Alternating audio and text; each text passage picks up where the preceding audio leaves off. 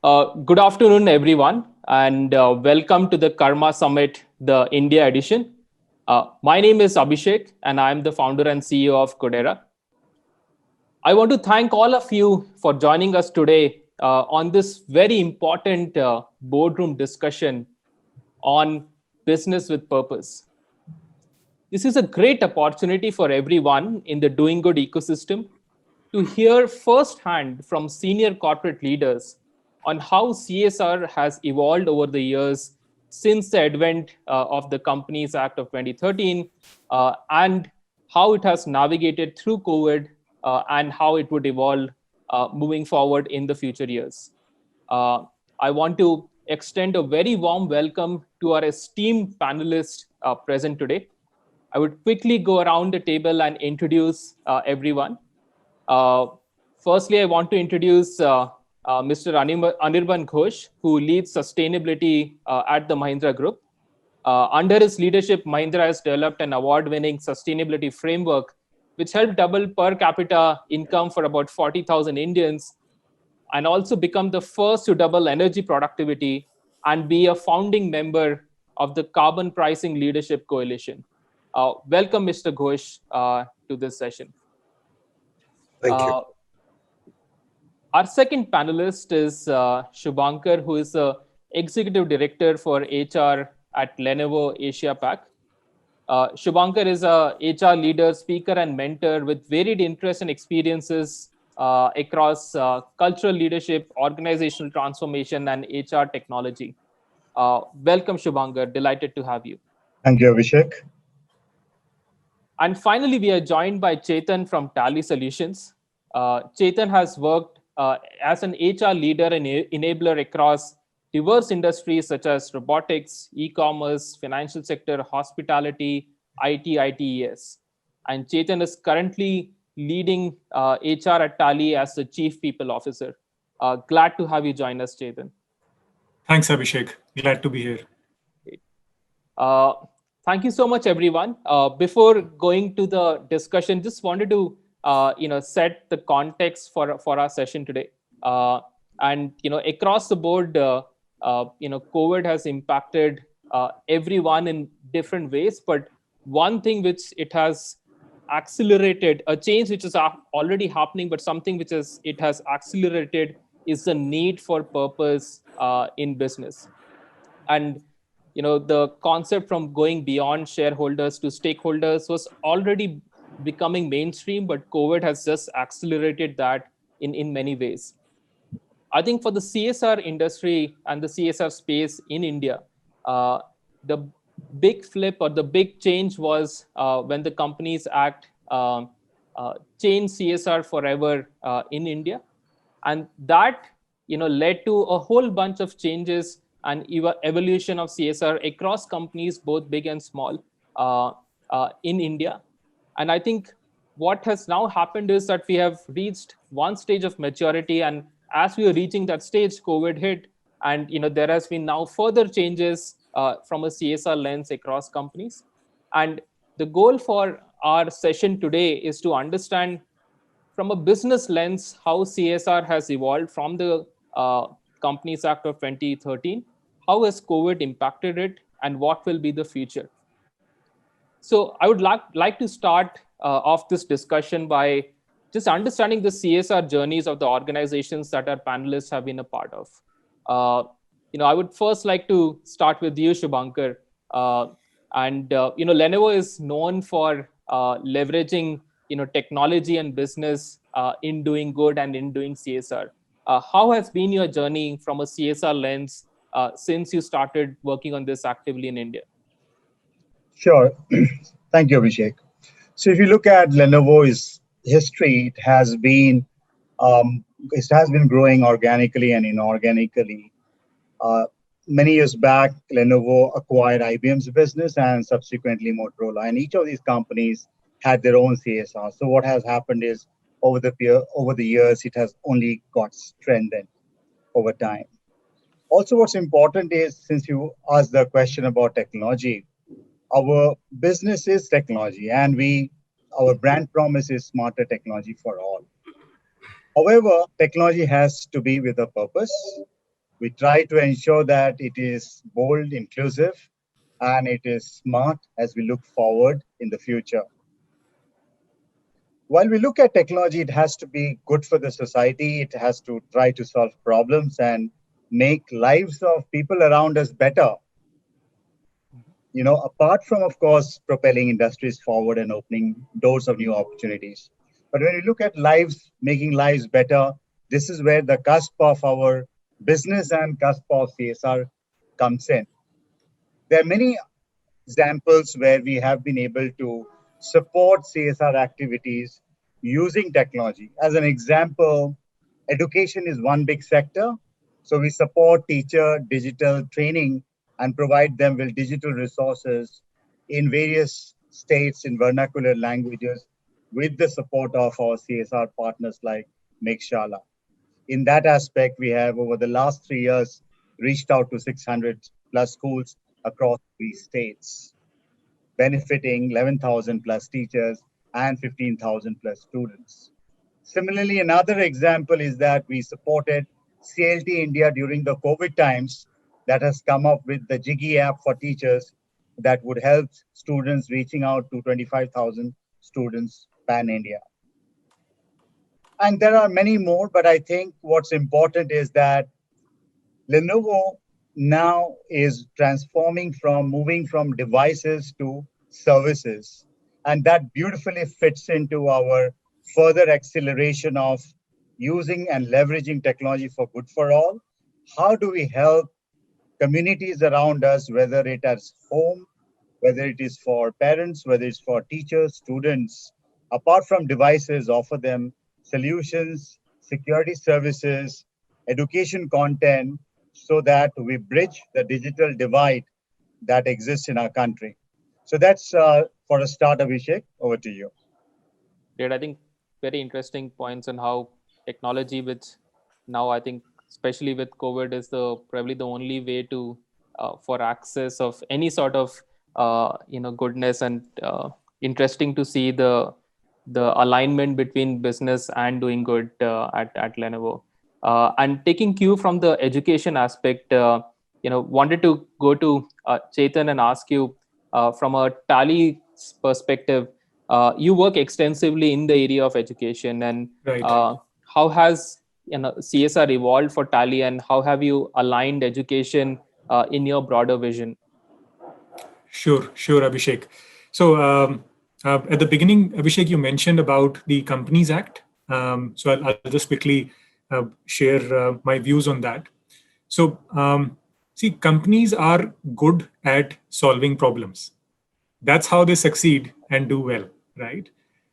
So in addition to the additional budget, what the Act does is a few interesting things, right? It brings more focus and attention of the corporate sector to the biggest social problems, right? And it will also, over time, move the public perception to one that businesses are responsible and that businesses are part of the solution and not vice versa. It will increase the level of trust, right? And I also see that this increased budget that the Act has realized in the Indian space will also lead to more investment. Coming specific to Tally, I've worked across organizations, and I see Tally anyways to be an exception with a strong focus from the founders itself that enshrined in our purpose that everyone who touches Tally should be happier, right? So in line with this purpose, we were always supporting multiple communities and NGOs even before the Act was passed. But the 2013 CSR Act, however, helped nudge us to structure our initiatives. And consequently, we also started including our employees a lot more in our journey through volunteering. So the Act has had a positive impact, certainly. Now, the part about education that you were mentioning, Abhishek, education is very broad in scope. And while we support initiatives starting from early education, our focus is to support kids through middle and secondary school to higher education, leading them to secure good employment opportunities, because this helps them break the cycle of poverty for themselves, their family, and possibly their future generations. So it is this disproportionate impact because of which we chose education as our area of focus, and also the fact that higher levels of education have a positive impact on other environmental and social causes, right? So in terms of vision for education, we believe that when every Indian is able to rise to their full potential through education, then the kind of social, economic, and environmental progress we will see as an outcome will be unparalleled. So, specific examples in terms of different initiatives that we have been doing. There's several examples. I'll not go into them, but yeah, that's been our guiding principle and journey in CSR and specifically in education. Sure. I think you made an important point about the role of business in solving problems, and the Act One, definitely it has created a corpus, but I think more importantly, it has got some of the smartest people discussing about some of the most pressing issues in the board meetings, Right. which is a huge value add. Because in terms of quantum of capital, even if all companies spend their entire 2%, that's a very minuscule fraction of what the government spends just on education. So, Right. so to create an impact, it needs to create value much beyond just the cash. Otherwise, it becomes a tax. So, completely aligned on leveraging business to solve problems. Right. Moving on to Anirban, and Anirban, the Mahindra Group is so diverse, so large, so huge, with businesses spread across so many different industries. Be it finance, information technology, automotive, energy, and a whole bunch of others. So, help us understand what goes on in the boardroom while deciding and discussing around CSR, and how do you decide, which are the right strategy, the right focus areas, so that it resonates with business as a whole. I think that would be great for everyone to understand. Thank you for the question, Abhishek.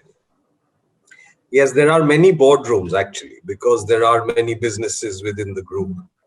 But what's probably common in the discussions across is the search for work that is going to make a real difference to society. We've been discussing the topic of education. That is an area of focus for the group as well. And there are multiple different ways in which we try to make a difference through education. When we were growing up, we always felt that our population was a problem, and that there were too many people trying to share too little. And therefore, even as we tried to grow the pie, looking at how to control population was very important. And as you went deeper and deeper into the subject, I guess we reached a point where the realization was the best way to deal with it is to educate the girl child. And keeping this in mind, the Nanni Kali program was started. And most of its work is in rural India. Girls in rural India get an exposure which they usually don't normally get. And we've seen a sea change in the families of the girls who have received education through the Nanni Kali program. Of course, over time, we've realized that population has its advantages as well. And we are now trying to deal with the demographic dividend. But then giving jobs to so many people who are employable has now become an issue for the country at large. And this is why another area of education that we've put a lot of focus on is to enable livelihoods, is to provide vocational training. And Tech Mahindra Foundation's program in this area is probably one of the largest in the country. And if you walk into a retail store or you walk into a hotel when they open up again, the probability of you being served by somebody who's been trained at a Tech Mahindra facility is very, very high, because retail and hospitality are two focus areas amongst a few others. So these are two different initiatives. One is core education, educating the girl child, long-term impact. You can look at a number of SDGs that this addresses over time. And then, of course, vocational education. So this is one way in which the board sort of contribute in the same direction. Got it. And I think these are two initiatives where, it is, as in, you can't go wrong. As in, it would generate like huge social ROI, or if there was, the social return on investment, if there was this term. And, I think both have been something which is just not the Mahindra Group, but also we have a lot of other companies outside the Mahindra Group who want to contribute and be a part of these initiatives. So, really game changing in different ways. Shubhankar, coming to you, and the question around boardrooms and how they operate from a CSR lens. So, what do you feel is the role of the leadership from a CSR perspective? As in, companies definitely have their CSR teams, but what is the role of the company's C-suite in driving CSR strategies in the organization? I think it's phenomenal. I think the importance of leadership in CSR is often underestimated. Many a times when we read about CSR funds being unutilized, it also shows that what perhaps a lack of focus of leadership. There are a couple of ways I have found that leadership can play a very decisive role in helping the organization understand the value and power of CSR. Starting with, all starts with understanding what's the vision of a company's CSR is. And that's very, very important. Soon enough, as I started getting associated with this, in the work that we are doing, I realized that a lot of initiatives, but really no impact. So ensuring that there is a very clear purpose and a vision behind what the organization's CSR vision stands for, and that should be very closely aligned to both the organization values and brand promise. And that to me is number one, very critical. Second comes funding. I think though we have the CSR Act in India, not other markets across the world or Asia Pacific have got such mechanisms where the funding comes in. So to ensure that part of the organization resources are committed right up front, irrespective of the financial success in every year, it's very important to ensure that there is enough resources, both in terms of money and manpower behind, to ensure CSR is a priority for the entire organization. Number three, I think in terms of the leadership, it's all a lot about walking the talk. The more we are committed to the leaders being a part of the CSR initiatives, they also ensure they are not only committing resources and their mind share, but also committing their time and their effort behind their CSR. And that's where I see one of the biggest differences happen, where the leaders themselves are participating in the CSR activities. And we have been very fortunate that we had a fairly large section of the leadership wholeheartedly contributing, going out of their office and doing community work, which actually encourages a lot others to also follow. Number four is, I think, shaping the policies of the organization. That's where leadership comes in. As an example, we have mandated X number of volunteering hours, which would be attributed to the organization's effort. And that's a big policy change globally that we have done. And that calls for a leadership buy-in that, yes, we need to have organization policies that support and enable employees to go out there and contribute and not feel that they are doing something outside of the work. And I think the last thing that I would call out is leadership in our industry is also about ensuring how does whatever we do in terms of our technology solutions that we bring for our consumers are also good for the society. And I think that's, again, a new one that we see as we move and progress in our solutions business, specifically when we are working with lots of educational institutions, especially during the part of COVID, that can we bring some of our solutions from the corporate stable to the social sector that will have a significant impact to the society around us. So these are the 7 areas I think the impact of leadership on CSR.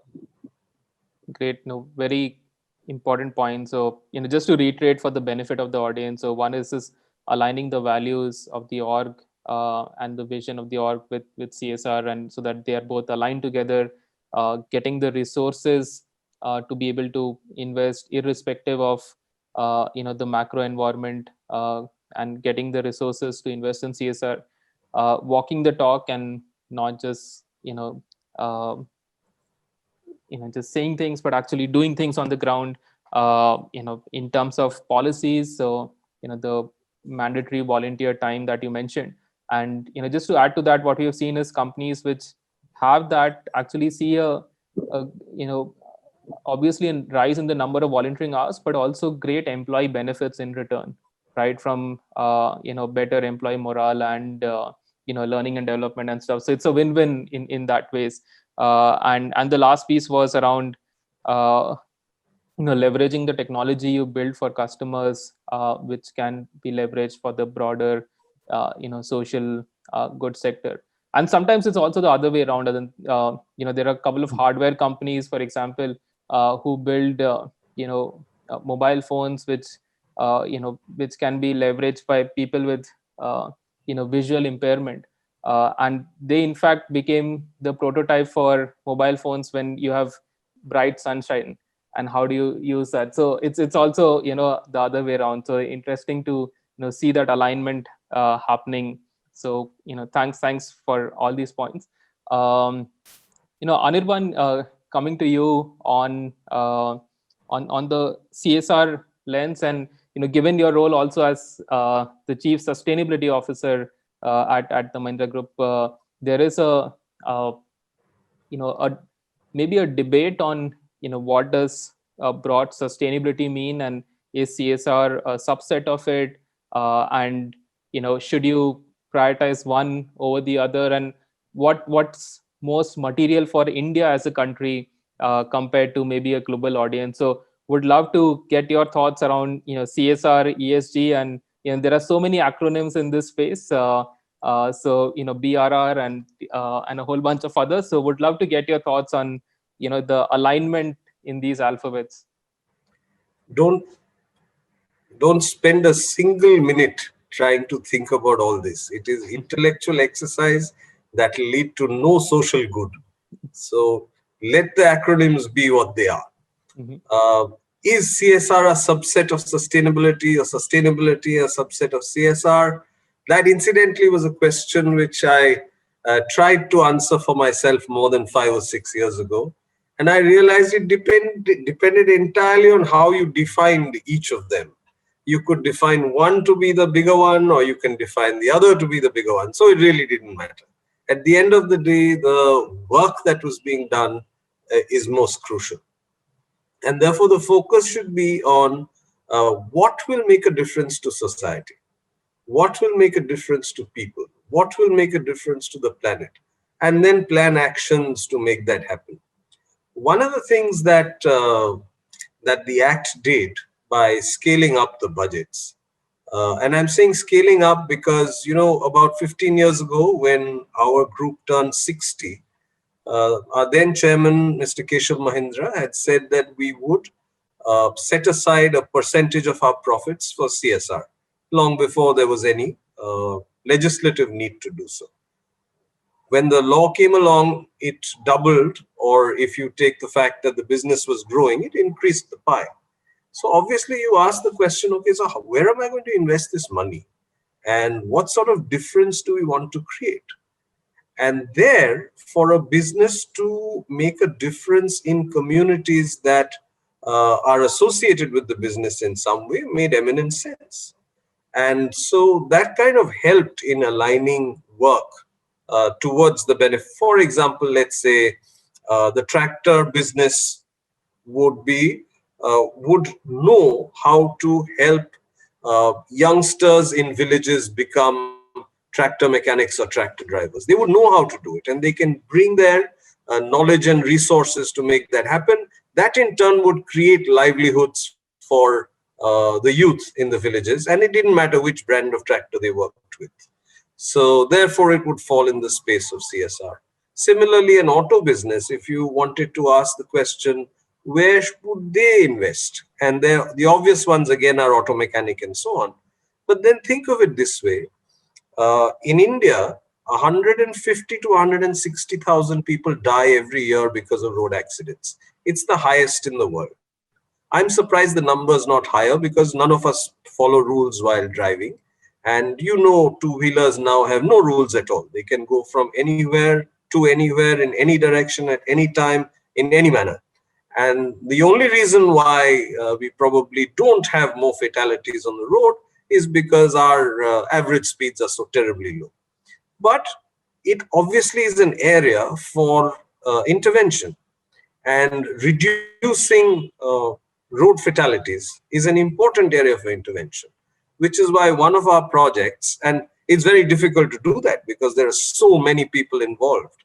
So one of our projects has adopted the Mumbai-Pune highway and is working with all the relevant stakeholders, government, construction, doctors, hospitals, everybody, not just to reduce the accidents and reduce the number of people who get affected by accidents, but in case they do, to make sure that they get attention and they survive. So I understand over a period of 2-3 years, fatalities are down by more than 40-45%. The goal is to make it zero, bit of a dream. But this is how each individual business identifies where it could make a difference to society in a manner that would not only help the community, but also help the industry in which it operates. Got it. Yeah, and I think just to the point we discussed previously was that's where probably you could also add a lot more value than just the cash. Absolutely. Yeah. Absolutely. In fact, in the initial days of the Act, there was one line there which said you cannot work in the space in which you do business. Fortunately, the fathers of the Act were a little bit liberal in their way of interpretation, because it would essentially mean that if you were very good in medicine, you could not do a program in health. Now, that doesn't make any sense at all. So, and the other examples I gave you from a couple of the industries that we worked in. So fortunately, that thinking is not there anymore. Sure. And I think those are also the projects which we have seen over the years being the more sustainable ones. So I think the key challenge of this sector is also that there is a project which gets funded and suddenly the funding goes off and the project dies down. So they're constantly on an oxygen cylinder. And if there is an alignment between business and the project, then there is more longer term, and second is a need of a sustainable financial mechanism also, so that it can sustain on its own. So a lot more of these aspects get built in. Absolutely. I think would now get to the second part of our discussion on the COVID aspect and how COVID has impacted one in the short term, the present term. We all know that a lot of companies, rightly so, after COVID hit, a lot of money went into the PM CARES fund, and which meant also that the CSR budgets for this year have been, the distribution has been impacted significantly. So just wanted to understand, maybe Chetan, with you first, as to how COVID has what did the company do when COVID hit, and what does it mean from a CSR perspective? Would love to understand your point of view. Sure. So COVID surely had an impact on our CSR plans. Our existing set of partners in the education, environment, and healthcare space were impacted in multiple ways, right? And we ensured that we supported them through this phase in all the different way they needed it. But the amount of social hardship that came along with the pandemic was moving. And we did recalibrate our approach in line with the same and edit it to address it, right? So we identified that the maximum brunt of the pandemic was being suffered by the socially disadvantaged sections of the society. Also, we realized that there was a need to support the frontline healthcare providers who were putting their life at risk and fighting the pandemic. So for this, we did multiple initiatives in partnership with Goodera. We added a few new partners to support thousands of street children, elderly, disabled, daily laborers, and rag pickers during the pandemic. Further, to the point of supporting the frontline healthcare providers, we supported a couple of hospitals by providing them protective gear and all sorts of medical supplies so that they are able to fight the pandemic in the most effective way. So that's the change that we have seen. I'm sure that some of these changes would continue for the long term as well, but that's certainly the immediate term difference. Yeah, I think immediate was almost like disaster relief. Yeah. And then it's a rehabilitation once, and when we know that it's got over. But yeah, I think aligned. Shubhankar, how was Lenovo's approach? And, I think the role of technology in, from a COVID perspective, where education has been hit in a big way, a lot of access has been hit in a big way. So what was the thinking at the leadership level from the response to COVID? I think the start has been the disaster response, very similar to Chetan, because that's what any organization would try to do, is to reach out and help on the managing and supporting the disaster. And this was followed by employee giving, and we tried to gather resources. And the good thing was that we were able to gather resources across Asia Pacific using opportunities from donor countries to those markets where we have which have been more impacted by the COVID, and from the countries which were less impacted by the COVID. Specifically talking about India, in less than 24 hours, of course, with the help of the Goodera platform, we could raise 18 lakhs support 12,000 individuals across the country. Bear in mind that we are not a very large organization in India. So from that point of view, 18 lakhs was generally a good generation of the resources we could in a very short period of time. Some specific measures also happened. As an example, in the Pondicherry factory, the staff chose to support the Pondicherry chief minister with masks and PPEs, and which is again going to the front lines workers trying to contain the pandemic at that point in time. On the education, of course, it came as a second phase. So there were NGO partners who needed to move a lot of their funds to monetary support towards digitizing of the education content. That was, of course, one of the primary requirements that many states needed. Mekshala, as one of the NGO partners, as an example, needed to support to translate content from English to Hindi, and our staff, through the employee volunteering program, supported to do that. So another example of what we did during this COVID times was to partner with an organization called Doorstep in Mumbai, which runs mobile schools and coming up with digital community classroom.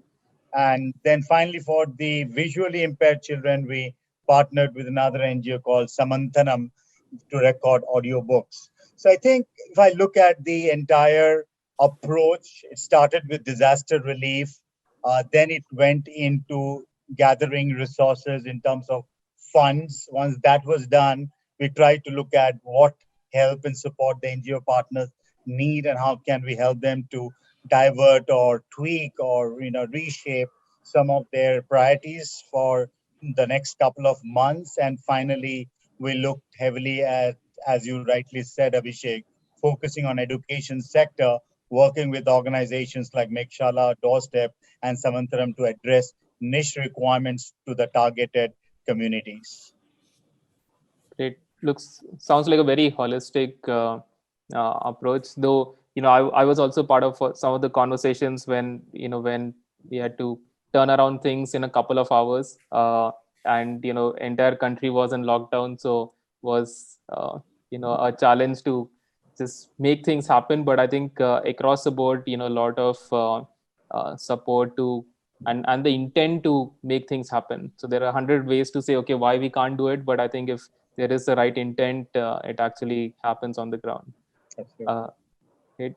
Would love to understand from you, Anirban, on the Mahindra Group, and from a COVID lens, what was the thinking? What did you choose to do and why? Usually when we talk about the impact of COVID, we talk about the community at large. But imagine a large organization with 240,000 people whose entire life just got disrupted on March 23rd. So while, yes, we do have to do work for the community, there's a lot of work to do for these 240,000 people in the first place. So when I talk to you about actions taken for community, the employees themselves were a very critical part of the help that was given. One of the great things that the company did was to make sure that there were facilities for testing, facilities for isolation, and facilities for medical attention, and facilities for I won't call it mental help, but help to just go along with daily life, even as you're working from home. So they were all put together by the Rapid Action Force. So all of us could perform our duties and, help our families. All these facilities were available to the families as well. So it was a big relief because I myself have got tested twice. And I didn't have to worry about anything. I just gave office a call. Things were done. And it was a very, very big relief. Now, as the factories were shut down, factories don't go into shutdowns for such a long time. We don't even know what will happen if the factory doesn't work for such a long period. So we repurpose the things that they would do. You would have read in the press how we tried to make ventilators, and we tried to make those plexiglass devices that would separate the doctors from the patients, and whatever else could be done. In fact, our pesticide factory started making sanitizers for in a B&B setup.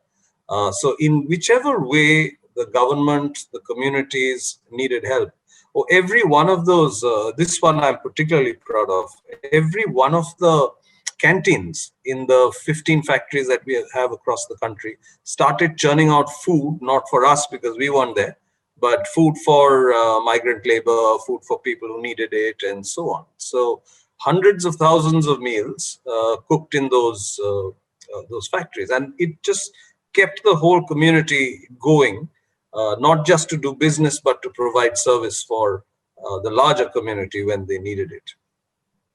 Other businesses did interesting things as well. The holidays business volunteered to offer its resorts as quarantine facilities should the government of the state require it. So it was available to them.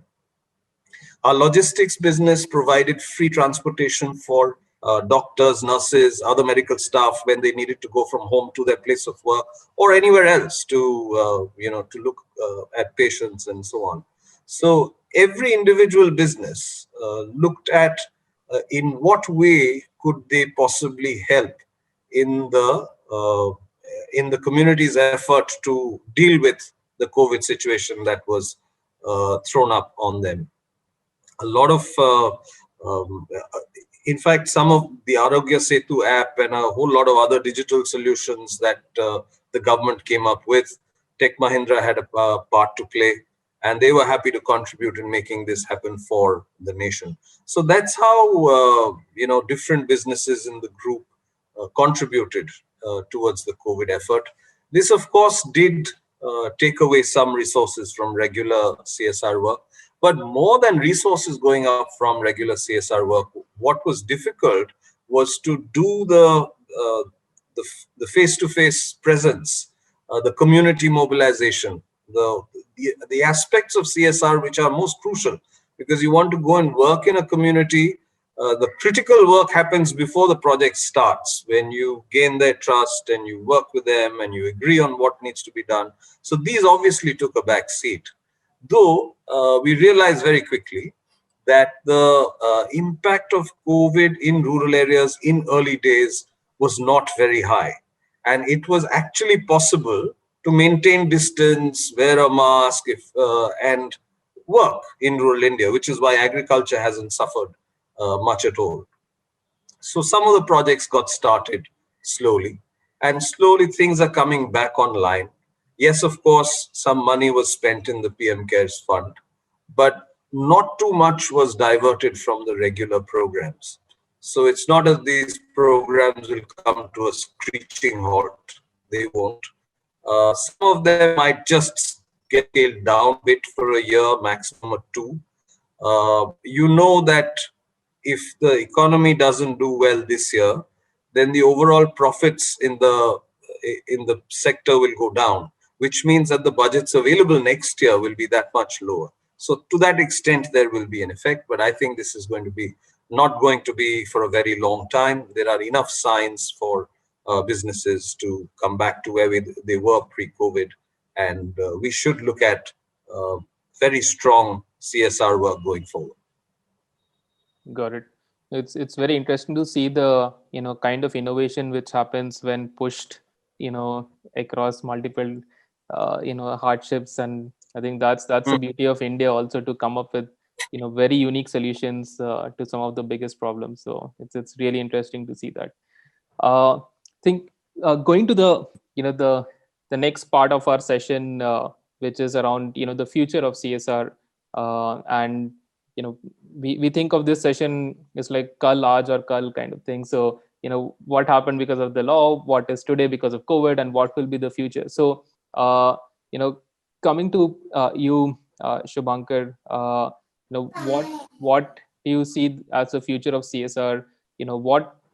What are the trends which will get accelerated, what will remain the same, what will you do more, what will you do less? So would love to get your thoughts around the government regulations, the overall world view on healing, and also the COVID aspect. So just wanted to get your thoughts on the future of CSR. So, firstly, I think the world is quite in a different place what we used to be around 6 months back. And when we look at future of CSR, we look at the future of world together, and CSR is a part of the world that we live in. So, what is really changing across the world, and how does that impact CSR is important. I think the first thing everybody realizes that well-being has come back into focus.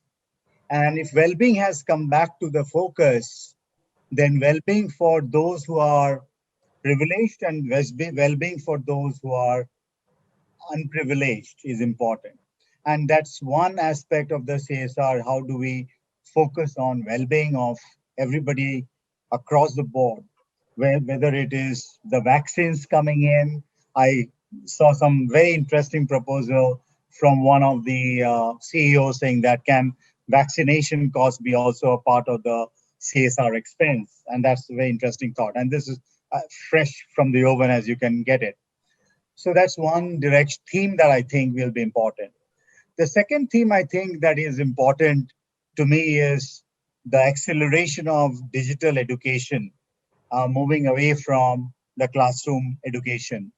And here, I think there's a lot of technology and innovation that can come in, specifically when we look at AI, blockchain, 5G, all these things perhaps will help to enable and accelerate the last mile of learning, which perhaps was neglected.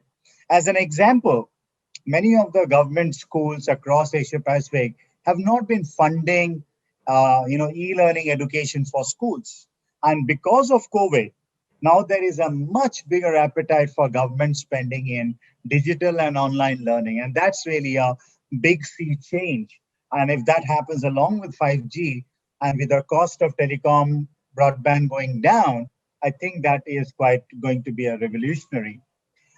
I think the third thing that I see as a part of this activity is uh, if there is less social face-to-face contact-based CSR, and I perhaps would see more of that in the times to come, then perhaps I would also see a lot more employee volunteering in a virtual environment. And if that were to happen, I can also perhaps see there'll be an increase in employee volunteering rather than a decrease, because uh, there is more time employees would have at their home. And this also becomes an excellent way not only to give back to the community, but also feel good about doing something worthwhile.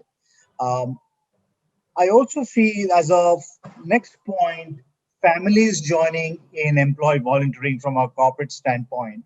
I see a much higher increase in family members participating in CSR because it has now gone into an online mode. And maybe the last one that I would like to call out in this process is that there might be a much bigger opportunity for cross-border fund movement and cross-border giving time of the of the employees to other countries, which perhaps was not the case. And I saw that during the COVID pandemic disaster relief and also the employees volunteering contribution, it transcended borders when at a much accelerated pace than I have seen in other natural disasters. So these are some of the things. I am perhaps not the expert to profess what's going to happen, but these are some of the themes that comes to my mind would perhaps change from where we see to what we can see in the future. No, absolutely. I think some of the points you mentioned, and especially the vaccination point, is a very interesting topic from a discussion perspective. I think there are a whole bunch of perspectives around that. But I think the points around acceleration of digital education and there was always this thinking that in India, we would build digital infrastructure faster than physical infrastructure to solve for education, health, or banking, or everything. And maybe COVID has just accelerated that piece. And I think the point around volunteering and the virtual volunteering piece, it's something which earlier it was you could be somewhere around 10 kilometers radius, you could go and volunteer, and that too would take up significantly a lot more time and effort, versus now you could do it with cross border, sitting from your homes with your families, and as teams go remote, teams from all across the world can come together for doing good, which wasn't ever possible earlier. So I think these are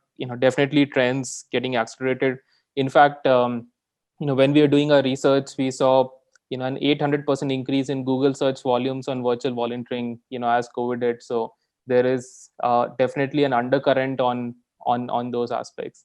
And a lot of employees who volunteer with us would ask us, can we get our kids along, and for multiple reasons, right from it being a way to bring perspective and empathy to giving back. So I think those are some trends that I think have been significantly accelerated in this new environment.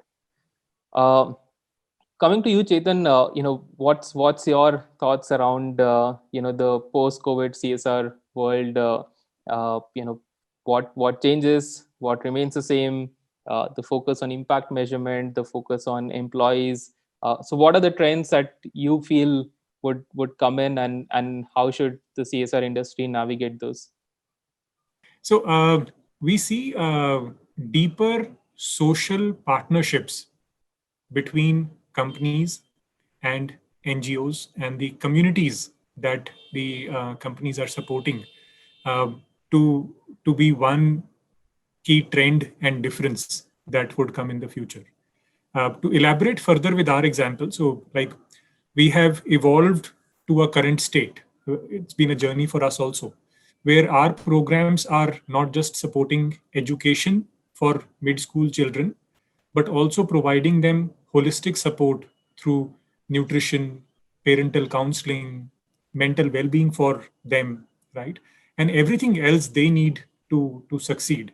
It could be preparation for competitive exams. So basically providing them a holistic support. What we say to ourselves is that if we can make this one child's life better by helping him or her holistically through education till employment, it would have a cascading effect on her family, on her community, and on the society at large. So this basic tenet, that where we look at the beneficiary's complete ecosystem to cause the critical amount of positive change, like in the book Tipping Point, right? Such that their life path can change. I see to be that one major difference, which as corporates put in more focus towards CSR as coming in over time. If I had to list one, this would be one. Got it. I think the point you mentioned around the deeper social partnerships is something which is very critical, because what we've seen is that COVID just nudged people to do something. It's that you can't not do anything, and as you get into it and form those partnerships, and this is across the board. It's right from the CEOs to the intern.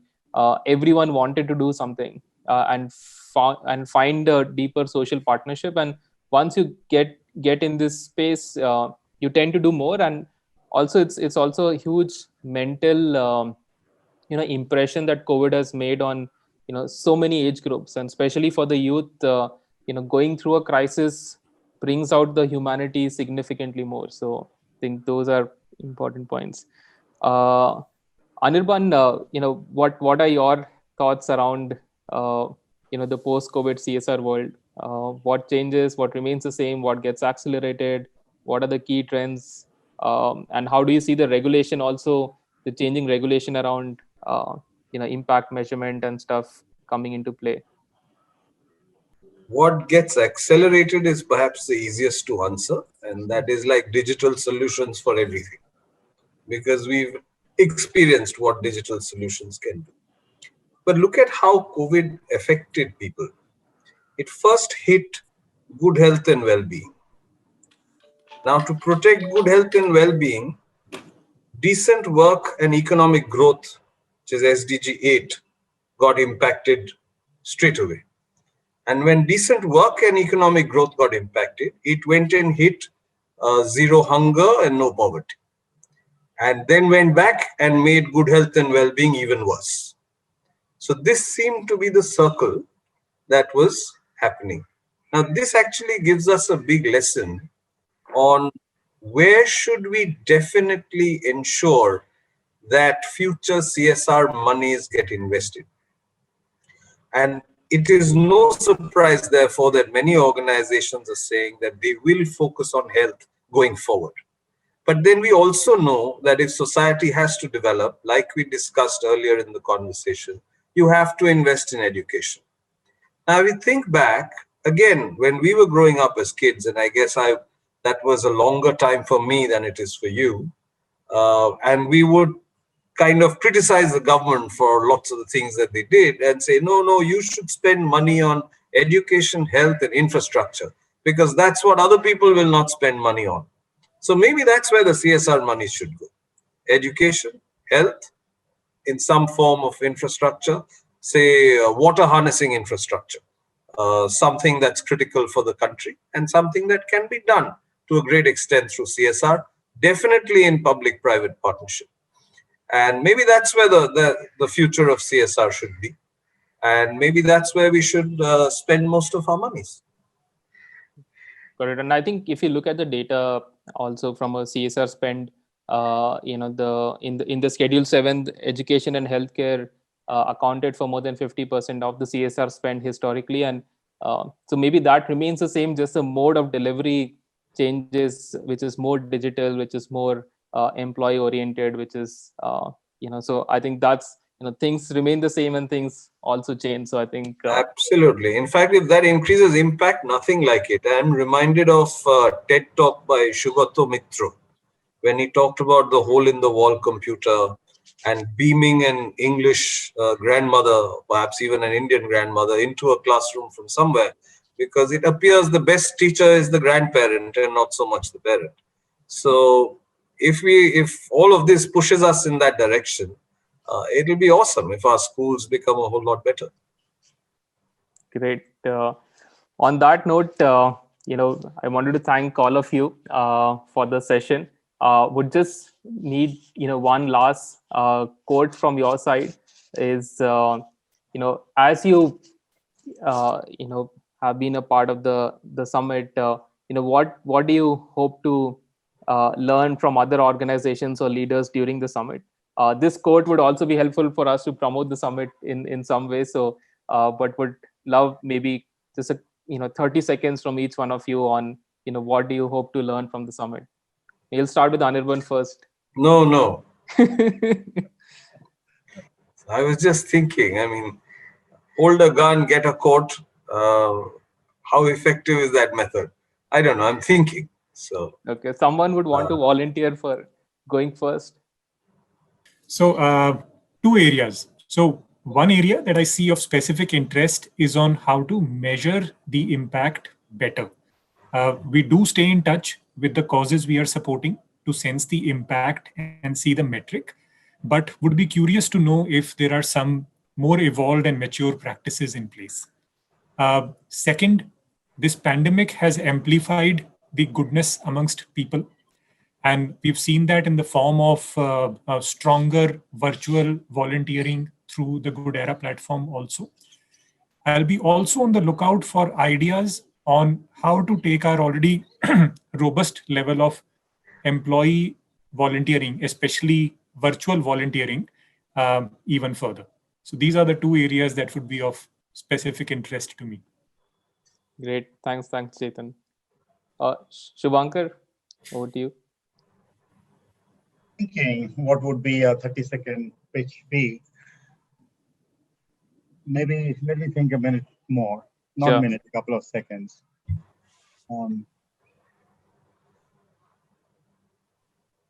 I think one of the things that this summit would definitely help me and the others who are going to be a part of it to collectively think through what does the future of CSR looks like to exactly the same question that you asked us.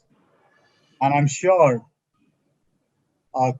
crowdsourcing new ideas of the future that is unknown would be immensely beneficial for the communities that we are looking forward to serve.